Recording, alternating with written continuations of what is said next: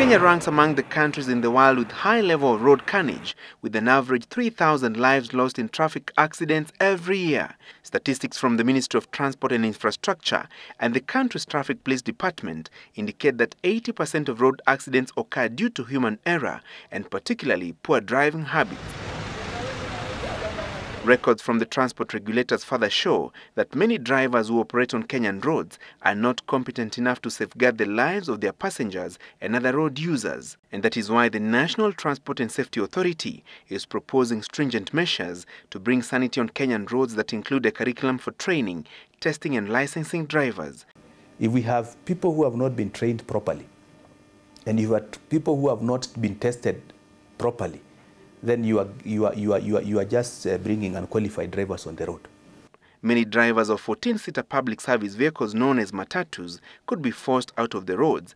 If the proposed regulations get the nod of Parliament, they will have to be at least 22 years old, with good eyesight and hearing ability, and with no criminal record of driving offense to be allowed to operate. We want to be in a situation where the driving test examination center will also be used to issue the driving license. On the spot. You are tested, you are found to be qualified, you go home with your driving license. Their counterparts who drive public service vehicles with a seating capacity of between 14 and 35 must be at least 25 years old, while those operating vehicles with a seating capacity of more than 35 passengers must not be less than 30 years old.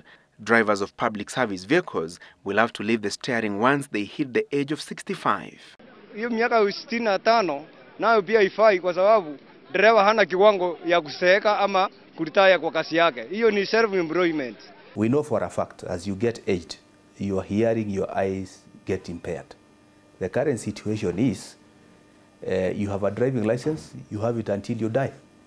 I think that is not the way to do it.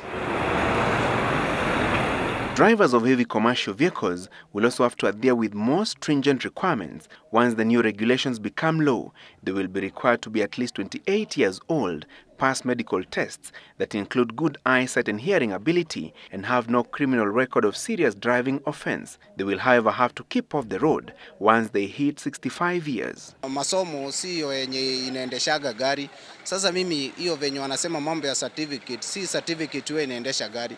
The proposed regulations will compel drivers who operate vehicles that transport hazardous and flammable products to acquire a special driver's license from the National Transport and Safety Authority.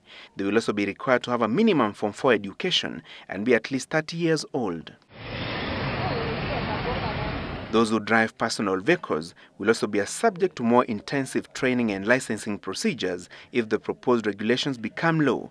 For example, you will be required to undergo an eyesight test every 3 years. It is also proposed that private vehicle drivers will have to retire from the steering wheel once they hit the age of 65 years. Stakeholders in the transport sector are scheduled to meet in Nairobi tomorrow to deliberate on the proposed regulations. Reporting for the Citizen Business Center, my name is Francis Gachuri.